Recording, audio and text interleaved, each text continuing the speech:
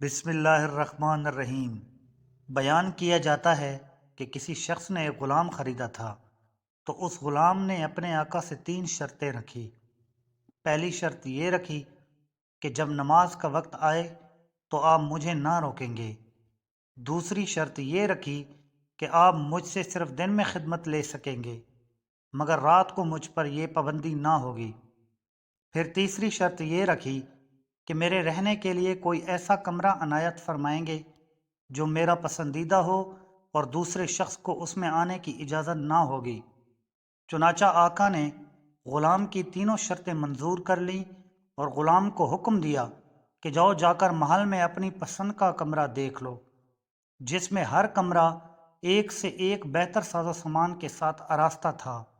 پس غلام نے تمام کمروں کو دیکھ کر اپنے لیے ایک ویران کمرے کا انتخاب کیا۔ اس پر آقا نے دریافت کیا کہ آخر تم نے یہ ویران کمرہ کیوں پسند کیا؟ کمرے تو اور بھی بہت سارے ہیں۔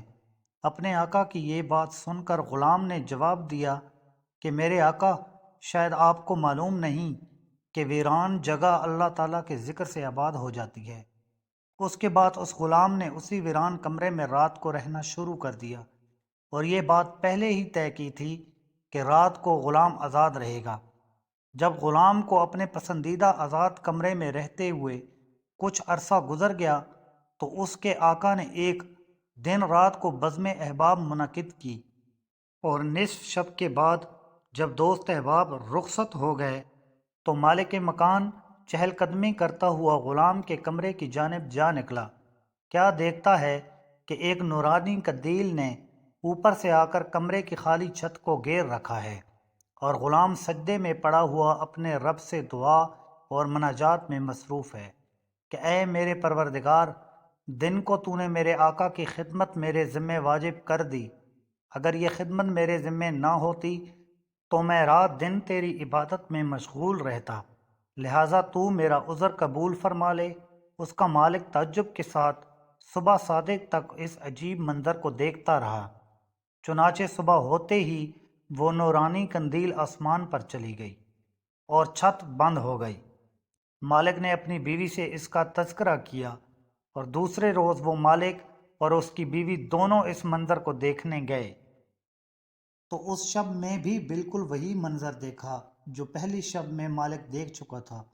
صبح ان دونوں نے غلام کو بلا کر کہا، تو اللہ کے واسطے آزاد ہے تاکہ اپنی خواہش کے مطابق رات دن اللہ تعالیٰ کی عبادت میں مشغول رہ سکے، جس سے تو معذرت کرتا رہتا ہے۔ اسی کے ساتھ اس کے مالک اور اس کی بیوی نے غلام سے اس کی ان کرامتوں کا ذکر کیا جو رات کو وہ دونوں دیکھ چکے تھے۔ بس اب کیا تھا، جب غلام کو معلوم ہوا کہ ان پر اس کا پردہ فاش ہو چکا ہے تو اس نے اسی وقت دربار الہی میں ہاتھ اٹھا کر دعا کی، اے میرے پروردگار، میں نے تجھ سے دعا کی تھی کہ میرا راز کسی پر نہ کھولیو، مگر اب جب کہ میرا بید دوسروں پر ظاہر ہو گیا ہے جس کو میں مخفی رکھنا چاہتا تھا، تو مجھ کو اپنے پاس بلا لے۔ چنانچہ اسی وقت اس کی روح پرواز کر گئی اور اپنے خالق حقیقی سے جا ملا۔